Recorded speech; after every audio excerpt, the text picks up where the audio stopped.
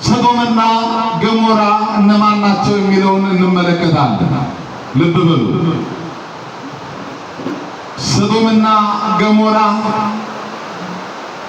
በኦሪት ዘፍጥረት ምዕራፍ 19 ላይ ከቁጥር 1 ጀምሮ የምናገኘው ታሪክ አለ።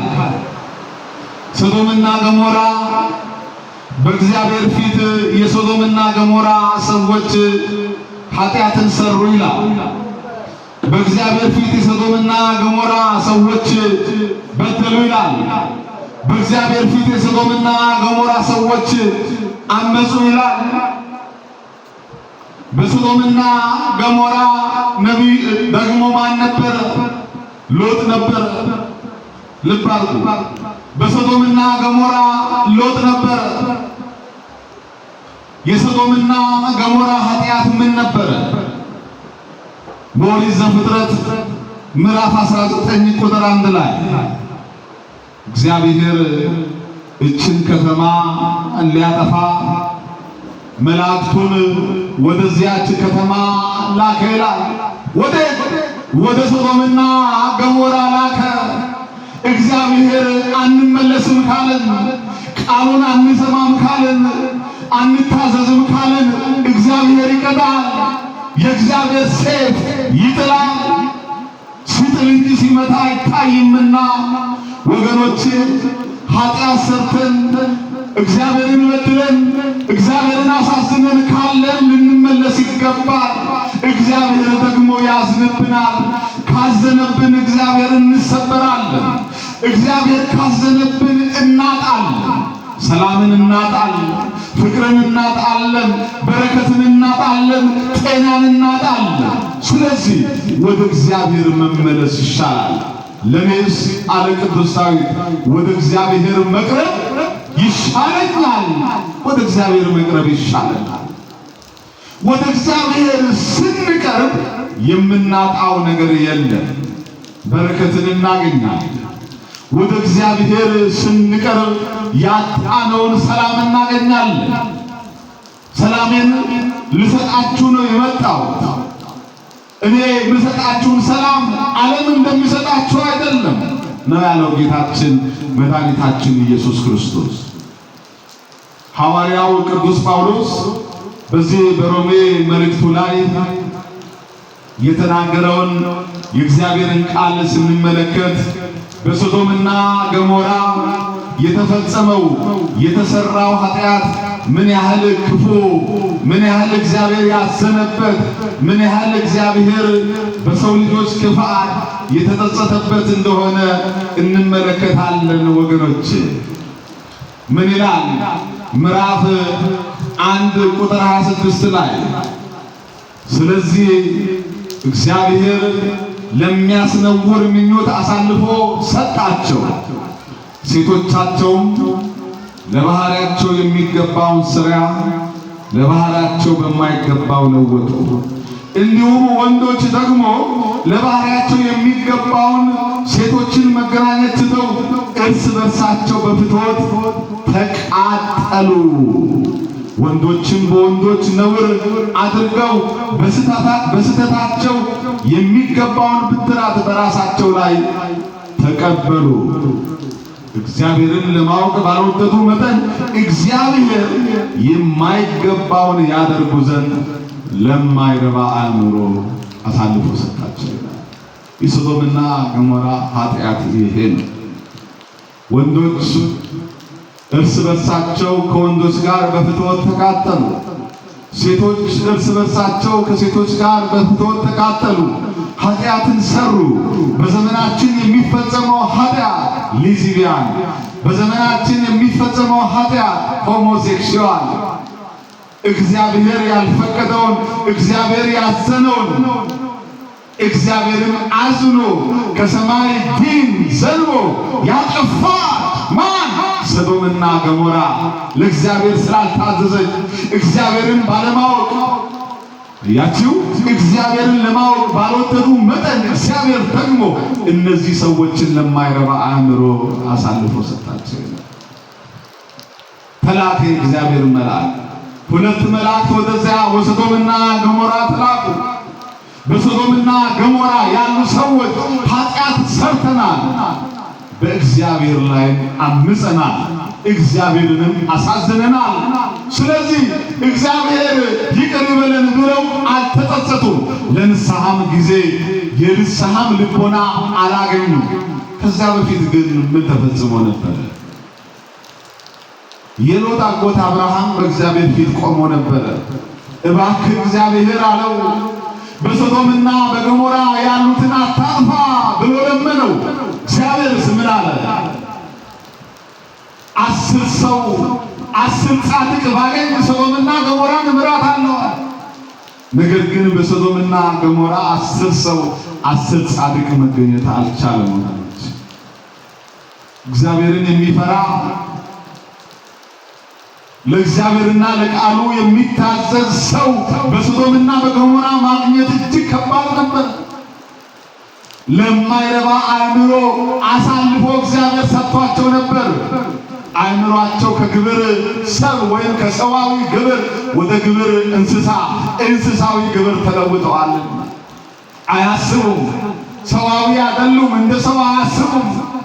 ዛሬ በዓለም ላይ ሰው ወገኑን እንደሚያጠፋ ለወገኑ ርኅራኄ እንደማያደርግ ሰው ለተባለው ለሰው ልጅ ርኅራኄ እንደማያደርግ በዚያ ዘመን የነበሩ ሰዎችም እንዲህ አይነት ርኅራኄ ከውስጣቸው ጠፋ። ወገኖች ሁለቱ መልአክ በመሸ ጊዜ በሰዶም ተገኙ ነው የሚለው። አብርሃምማ ማለደ፣ እባክህ ማራቸው፣ ስለ አብርሃም ብለህ ይቅር በለን፣ ስለ ይስሐቅ ብለህ ይቅር በለን፣ ስለ ያዕቆብ ብለህ ይቅር በለን ብለው አባቶችን እንደተማጸኑት አብርሃምን በእግዚአብሔር ፊት ቆሞ ስለ ሰዶም ለመነ፣ ስለ ሰዶም ማለደ። እባክህ ሰራዊት ጌታ እግዚአብሔር ሆይ እቺ ከተማን በከተማ የሚኖሩትን ሕዝቦች ያንተ ፍጥረት ናቸውና እባክህ ማራቸው፣ እባክህ ይቅር በላቸው ብሎ አብርሃም ልመና፣ ጸሎት፣ ምልጃ ቀረበ። ሰው ጠፋ። ዛሬ በክርስትና ዓለም ሰው በጠፋበት ጊዜ ሰው ሆኖ መገኘት ነው ያለብን። የማይጾም በጠፋበት ጊዜ ጾም ሆነን መገኘት፣ የማይጸልይ በጠፋበት ጊዜ የሚጸልይ ሆነን መገኘት፣ ወደ ቤተ ክርስቲያን መጥቶ ቃሉን መስማት እምቢ በሚልበት ጊዜ እኛ ግን ወደ ቤተ ክርስቲያን መጥተን ዓለምን እንደ ምናምንቴ ነገር ቆጥረን ሕያው ዘላለማዊ ለሆነው ለእግዚአብሔር ቃል ትኩረት ሰጥተን ወደ ቅድስት ቤተ ክርስቲያን መጥተን ደጇ ላይ ተደፍተን መማፀን ያስፈልገናል። ይህ ጸሎታችን ነገ ከመከራ ይሰውረናል። ይህ ጸሎታችን በእግዚአብሔር ፊት ይቀርባል። እድሜ ለንስሐ ዘመን ለፍስሐ ይሰጠናል። ሰዶማውያን ግን ይህ ሕይወት ስላልነበራቸው እግዚአብሔር አዘነባቸው። አጥፊ መልአክ፣ ቀጪ መልአክ፣ እነዚያ መዓት የተሸከሙ መልአክ ወደ ሰዶምና ገሞራ ተላኩ። ሰዶማውያን ግን በሰዶም የሚኖሩ ሰዎች ግን እውነት እነዚህ የኛ እንግዶች ናቸው ብለው በእንግድነት ተቀብለው ለማስተናገድ ልባቸው አልፈቀደም። በክብራቸው በስራቸው የገለጡት ከነዚያ መላእክት ጋር እንደገና ዝሙት ለመፈጸም ተመኙ ነው። ሰው ክፋትን ከጸነሰ በውስጡ ክፋትን ከጸነሰ እስከ መጨረሻው ድረስ እስከ ሞቱ ድረስ የሚተገብር ሰው አለ። ይቅር ባይነት በውስጡ ያልተፈጠረ፣ ምሕረት ያልተፈጠረ፣ ርኅራኄ ያልተፈጠረ ሰው አንዳንድ ጊዜ ያጋጥመናል። እኛ ግን በጌታችን በመድኃኒታችን በኢየሱስ ክርስቶስ ስም አምነን ሀብተ ወልድና ስመ ክርስትና የተሰጠን ከውሃና ከመንፈስ ቅዱስ የተወለድን የሥላሴ ልጅነትን ያገኘን በቀራንዮ ስለኛ የፈሰሰውን ደም የምንጠጣ በቀራንዮ ስለኛ የተቆረሰውን ሥጋ የምንበላ ሰዎች ግን ክርስቶስ እኛን ምሰሉ ብለዋልና እሱን እንመስለዋለን። በዚህ በማቴዎስ ወንጌል ምዕራፍ 11 ቁጥር 28 ላይ እኔ የዋ በልቤ ትሑት ነኝ ይላል ቅዱስ ጳውሎስ። ለዚህ ነው በአንደኛ ቆሮንቶስ መልእክቱ ምዕራፍ 11 ቁጥር 1 ላይ እኔ ክርስቶስን እንደምመስል እናንተ ደግሞ እኔን ምሰሉ። የቅዱሳንን ፈለግ ተከትለን እንድንሄድ ጳውሎስ ጌታችን አምላካችን መድኃኒታችን ኢየሱስ ክርስቶስን መስሎ አሳይቶናል። እኛም አሰረ ቅዱሳንን ፍኖተ ቅዱሳንን ተከትለን መሄድ እንዳለብን ሲያመለክት እኔን ምሰሉ አለ። ጳውሎስ ይቅር ባይ ነው። ጳውሎስ የሚጾም ነው፣ የሚጸልይ ነው፣ ሕይወቱን ለክርስቶስ የሰጠ ነው። እኛም ቅዱሳንን በኑሯችን መምሰል ይገባናል። በሰዶምና በገሞራ ያሉ ሰዎች በኃጢአታቸው ምክንያት ሎጥና የሎጥ ቤተሰብ እንዲወጡ ታዘዙ። እግዚአብሔር እኮ ውጡ ይላል አንዳንድ ጊዜ። አሁን እኛን እግዚአብሔር ውጡ የሚለን ከዓለም ክብር ነው ውጡ የሚለን። ልባሉ ከዓለም ክብር ዓለምን በሥራ አትምሰሏት። አያችሁ፣ ሰዎች ሲዘሙቱ፣ ሰዎች ኃጢአት ሲሰሩ፣ ሰዎች እግዚአብሔርን ሲያሳዝኑ፣ ክፉ ሲሆኑ፣ ምቀኛ ሲሆኑ፣ እርግማንን ተሸክመው ሲዞሩ እናንተ ግን ከዚያ ክብር ተለዩ ነው የሚለው። አያችሁ፣ ሰው ቤተክርስቲያን መምጣትን እንደሞኝነት፣ ማስቀደስን እንደሞኝነት ሲቆጥር፣ ጸበል መጠጣትን እንደሞኝነት፣ በጸበል መረጨትን መጠመቅን እንደሞኝነት ሲቆጥር እናንተ ግን ወደ ጸበሉ ወደ ቅዳሴ ኑ ነው የሚለው። ዓለም ይሄን ክብር አይፈጽምም። ዓለም ሁልጊዜ መብላት ነው፣ መጠጣት ነው። ሁልጊዜ ስጋዊ ነገር ምድራዊ ሕይወት ነውና የሚያስደስተው። እናንተ ግን ከዓለም ከግብሯ ተለዩ ነው። ኦሪት ዘፍጥረት ምዕራፍ 12 ቁጥር 1 ላይ እግዚአብሔር አብርሃምን ምን አለው? አብርሃምን እግዚአብሔር አብርሃም እኔም ወደማሳይ ምድር ሂድ ነው ያለው። ወዴት? አብርሃም የሚኖረው ካራን ነበረ። ካራን የኃጢአት መንደር ነበረ። ካራን የበደል መንደር ነበረ። በካራን ያሉ ሰዎች እግዚአብሔርን የማያውቁ አምልኮተ እግዚአብሔርን የማይፈጽሙ ነበር። እግዚአብሔር ግን አብርሃምን ፈለገው። ከሀገር ከዘመዶች ተለይተህ ውጣ አለው። አንዳንድ ጊዜ እግዚአብሔር በክብርም ተለይተን እንድንወጣ ያደርገናል። ውጣ አለው እግዚአብሔር። ሊባርከን ሲለን እግዚአብሔር ውጡ ይለናል። አያችሁ፣ ዛሬ በዓለም ላይ ዛሬ በቤተ ክርስቲያን መጥቶ መማር እንደ ሞኝነት፣ ዛሬ በቤተ ክርስቲያን መጥቶ መጸለይ እንደ ሞኝነት በሚቆጠርበት ሰዓትና ጊዜ ቤተ ክርስቲያን መተን መጸለይ፣ ቅዱስ ወንጌልን መማር ምንኛ መታደል ነው ወገኖች። ውጡ የተባልነው ከዚህ ነው። ከዓለም ስራዋ ከዓለም ግብር ጋር አትተባበሩ። እናንተ የእግዚአብሔር ሆናችኋል። አንድ ጊዜ የእግዚአብሔር ሆናችኋል። በአብ ተተክላችኋል። ታዲያ ነቢዩ ኢሳይያስ ምን አለ? የሰራዊት ጌታ እግዚአብሔር ዘርን ባያስቀርልን ኖሯል። እንደ ሶዶምና ገሞራ የተቀጡት ሁለት ቅጣት ነው። አንደኛ ስጋዊ፣ በስጋ ከሰማይ እሳት ወርዶ ከተማዋን አጠፋ። ከተማዋ ስትጠፋ በከተማዋ ያሉ ሕዝብ ሁሉ አለቁ፣ ሞቱ። ሁለተኛው ሶዶምና ገሞራ የጠፋችው በከተማዋ ያሉ ሕዝብ ሞቱ ስንል በኃጢአታቸው ደግሞ ተፈርዶባቸው የእግዚአብሔርን መንግሥት ሳይሆን ወደ ሲኦል ነው የወረዱት። የሰራዊት ጌታ እግዚአብሔር አለ ዘርን ባያስቀርልን ኖሮ አለ ለኛ የቀረችልን ዘር በስጋ ከመሞት ብቻ አይደለም። ባለፈው እንደተማማርነው ትንሣኤ ልቦናንም አግኝተናል። በመጀመሪያው ሞት ያልተቆጣ እርሱ ብፁዕ ቅዱስ ነው እንደተባለው የመጀመሪያው ትንሣኤ ልቦና ነው። ከኃጢአት በርግጎ ባኖ ንስሐ ገብቶ ኃጢአትን በደልን አምነን ወደ ሕይወት ወደ ክርስትና መጥተናል። ሁለተኛው ደግሞ የሰራዊት ጌታ እግዚአብሔር ዘርን ማያስቀርም ዞሮ ያቺ ዘር የቀረችልን ዘር ማናት ነው? ዋናው እግዚአብሔር ይላል ነብዩ ዳዊት ከሰማይ ወደ ምድር ተመለከተ፣ ሁሉም በድለዋል ይላል። ሁሉም ረክሰዋል። ግን ያቺ የቀረችልን ዘር በአዳም ምክንያት ይተላለፍ የነበረው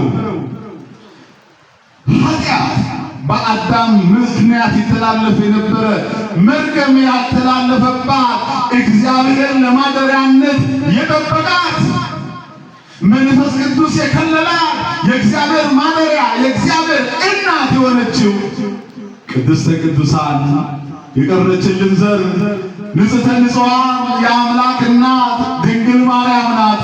ክብር ለወላዲተ አምላክ ይሁን። ወገኖች ገልብጣ ልትፈጀን የሔዋን መኪና ድንግል አዳነችን ፍሬን ያዘችና ለሊቁ ቅዱስ ኤፍሬምስ በውዳሴው በእንተ ሔዋን ተሐጽኦ ተገነት ወበእንተ ማርያም ድንግል ተረወለነ ነው የሚለው። በሔዋን ምክንያት የተዘጋው የገነት በር አለ ቅዱሱ በማን ምክንያት ተከፈተልን? በድንግል ማርያም ምክንያት ተከፈተልን ነው። ሔዋን የሞት ምክንያት ሆነች፣ ድንግል ማርያምስ የድኅነት ምክንያት ሆነች። ያቺ ዘር ያላት ኢሳይያስ ከ700 ዓመት በፊት ያያት ያቺ ዘር ከለለችን እንዳንሞት በነፍስ እንዳንሞት የሰራዊት ጌታ እግዚአብሔር ዘርን ሶዶማውያን የገሞራ የሰዶም ሰዎች በኃጢአታቸው ምክንያት ተቀጡ ብያቸዋለሁ። ድንግል ማርያም ግን ለእኛ ስለቀረችልን ያቺ ዘር እግዚአብሔር ሞትን ለምን ከእርሷ የተወለደው ኢየሱስ ክርስቶስ ሞትን በሞቱ ሽሮ የትንሣኤ በኩር ሆኖ ሞትን ፈርሰን በስብሰን እንደማንቀር ትንሣኤ እንዳለን የነገረን ኢየሱስ ክርስቶስ ከማ ተወልዶ ነው ብንል ከድንግል ማርያም ለመዳናችን ምክንያት እሷ ናት። የመመኪያችን ዘውድ አለ ሊቁ። የመመኪያችን ዘውድ ማን? ድንግል ማርያም የምንመካባት አክሊለ ምክህነ የተባለችው የምንመካባት አክሊላችን ናት። ስለዚህ ወገኖች ስለ ድንግል ማርያም ስንናገር መጽሐፍ ቅዱሳዊ የማይመስላቸው ወገኖች ካሉ ተሳስተዋል። ድንግል ማርያም አስቀድሞ በነቢያት ትንቢት በብዙ ምሳሌ ህብር የተነገረላት ናት።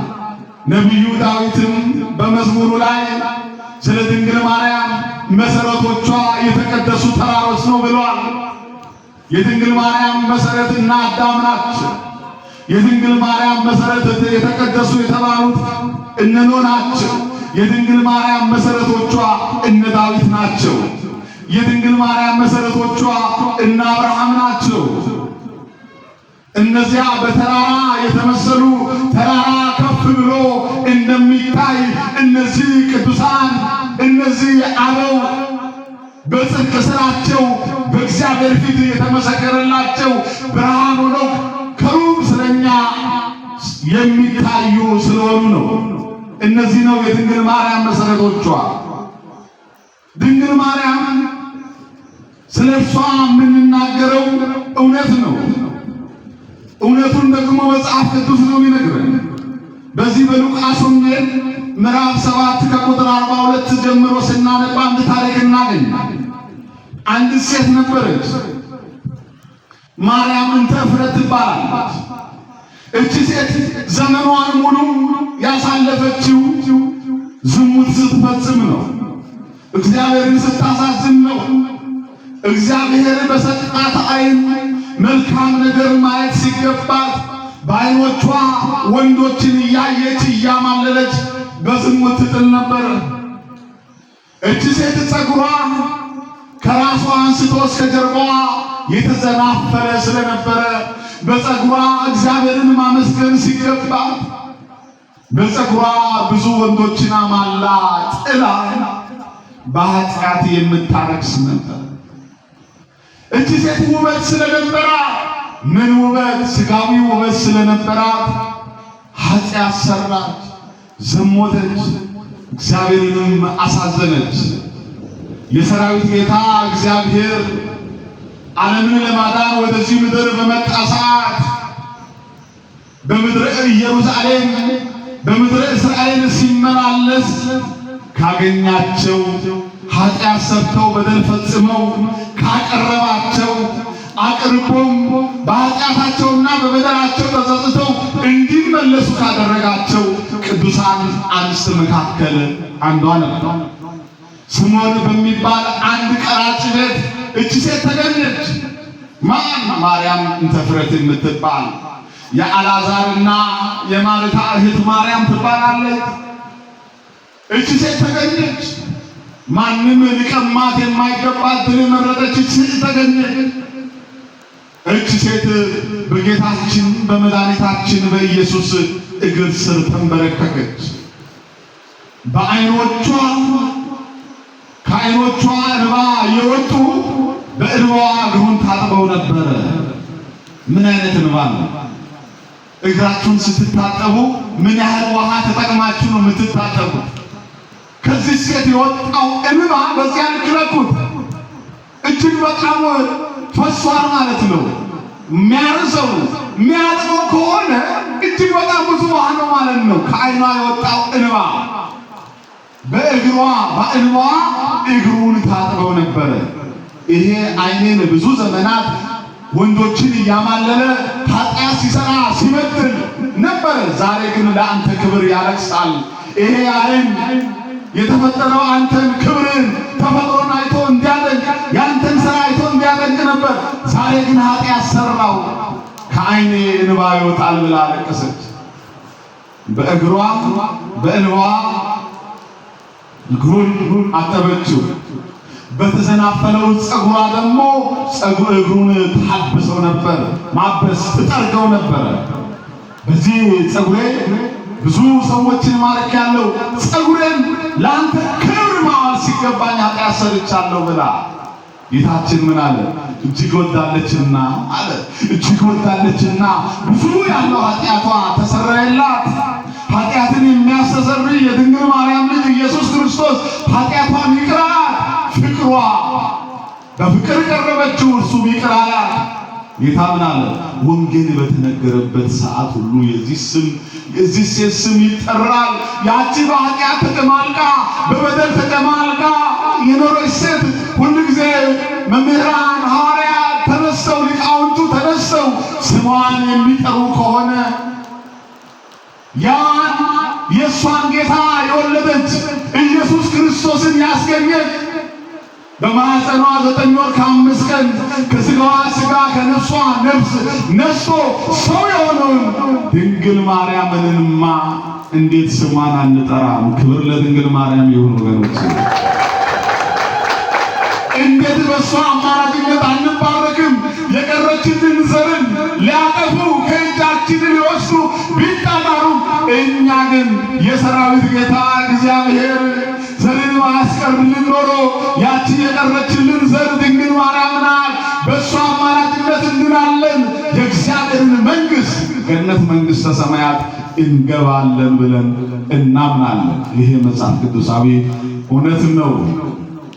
ድንግል ማርያምን የሰጠን እግዚአብሔር ስሙ የተመሰገነ ይሁን።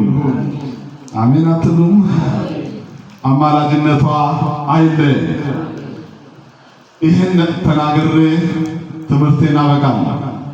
በማቴዎስ ወንጌል ምዕራፍ 20 ቁጥር 20 ላይ የምናገኘው ታሪክ አለ።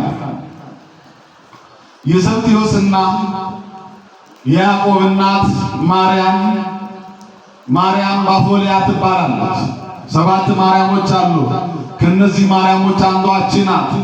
የዘብዴዎስ ባለቤት ማርያም የያዕቆብና የዮሐንስ እናት ማርያም ተብላ ትጠራለች። ምን ይላል ወንጌላዊ ቅዱስ ዮሐንስ? እየሰገደችና እየማለደች ወደ ጌታችን መድኃኒታችን ኢየሱስ ክርስቶስ ቀረበች። ጥያቄን ጠየቀችው። ምን ብላ?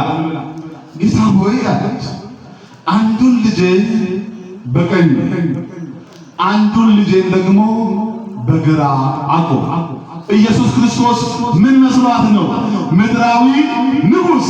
አያችሁ፣ እስራኤላውያንን ከቀኝ ግዛት አውጥቶ በሮማውያን ቀኝ ግዛት ስር ነበሩና ከቀኝ ግዛት አውጥቶ እነሱን ነፃ አድርጎ እሱ ንጉሥ ወይም ፕሬዝዳንት ሆኖ እስራኤልን ሲመራ የእሷ ልጆች ደግሞ ጠቅላይ ሚኒስትርና የውጭ ጉዳይ ሚኒስትር ሆነው እንዲሾሙላት የሹመት ልመና አቀረበች። ጌታችን መድኃኒታችን ግን ምን አለ? የምትለምኑትን አታጡ። የኔ ንግስና፣ አያችሁ፣ የኔ ዙፋን መስቀል ላይ ነው። ንግስናዬ በመስቀል ላይ ነው። እኔ የመጣሁት ምድራዊ ንጉሥ ሆኜ አይደለም። በዮሐንስ ወንጌል ላይ ተጽፏል፣ ሊያነግሱት ሲወስዱ ከመካከላቸው አልፎ ሄደ ይላል። አያችሁ፣ ከመካከላቸው አልፎ ሄደ ይላል። ስለዚህ የኔ ንግስና በመስቀል ላይ ነው። በመስቀል ላይ ደግሞ ትንቢት የተነገረላቸው ሱባኤ የተገባላቸው ፈያታዊ ዘየማን፣ ፈያታዊ ዘጸጋም ወይም ጢጦስና ዳክርስ የሚባሉ ወንበዴዎች እጃቸውን በሰው ደም ነክረው የሚኖሩ አሉ። እነሱ ናቸው አንዱ በቀኝ አንዱ በግራ የሚሰቀለው። ለልጆችሽ ምን አለ? ሞት ተመኘሽ። ምን አይነት ሞት? ልጆቼ አየች፣ ማርያም የለመነችው ያዕቆብና ዮሐንስ እናት ማርያም የለመነችው አንተ ስትሰቀል አንዱ በግራ አንዱ በቀኝ ይሰቀል ብላ ነው። ስለዚህ ምን አለ ክርስቶስ? የምትለምኑትን አታቁማል። እንዴት ልጆችሽ ሞት ትለምኛለች? የኔ ንግስና መስቀል ላይ ነው። በመስቀል ላይ ደግሞ ሁለት ወንበዴዎች ነው የሚሰቀሉት። እነዚህ ልጆችሽ አይደሉም። ስለዚህ የምትለምኚውን አታቁማል። ኋላስ በዮሐንስ ወንጌል ምዕራፍ 19 ቁጥር 25 ላይ ጌታችን መድኃኒታችን ኢየሱስ ክርስቶስ ይህንን ዓለም እንዳለው ለማዳን በቀራንዮ መስቀል ላይ በተሰቀለ ጊዜ ልብ አድርጉ፣ ዮሐንስ ተገኝቶ ነበር እስከ መስቀል ሞት ድረስ። ዮሐንስ ወንጌላዊ እነሆ ልጅሽ አለ። ለዮሐንስ ደግሞ እነኋት እናትህ። የዮሐንስ እናት መጀመሪያ ለዮሐንስ ሞት ነው የለመነችው። በስጋ የወለደችው 9 ወር በ5 ቀን በማህፀኗ ኑራ የወለደችው የዮሐንስ እናት ለዮሐንስ ሞት ነበር የለመነችው። ዛሬ ግን ሕይወት የምትለምን እናት ድንግል ማርያምን ሰጥቼሃለሁ ብሎ ኢየሱስ ክርስቶስ ለዮሐንስ እነሆ እናት አለ። በዮሐንስ አማካኝነት የሁላችን እናት ሆነች። ክብር ለመድኃኒዓለም ይሁን፣ ክብር ለድንግል ማርያም ይሁን። እኛ ድንግል ማርያም ታስፈልገናለች፣ አማላጅ ትሁነን ብለን ጠይቀን ሳይሆን ታስፈልጋችኋለች ብሎ የሰጠን ኢየሱስ ክርስቶስ ነው። ክብር ለአምላካችን ለአባታችን ለኢየሱስ ክርስቶስ ይሁን። አማላጃችን ወላዲት አምላክ የቀረችልን ዘር ቅድስተ ቅዱሳን በአማላጅነቷ አትለየን። ከፊት ከኋላችን ትሁን፣ በራሳችን ላይ ነግሳ ትኑር። ድንግል ማርያም ከክፉ ነገር ትሰውረን፣ አማላጅነቷ አይለየን። ድንግል ማርያም ሀገራችንን ኢትዮጵያን ሁሉ በአማላጅነቷ ትጠብቅልን፣ ሁላችንንም ይጠብቀን። ያስተማረን የመከረን የሰራዊት ጌታ ቅዱስ እግዚአብሔር ስሙ ለዘላለም የተመሰገነ ይሁን። ወስብሐት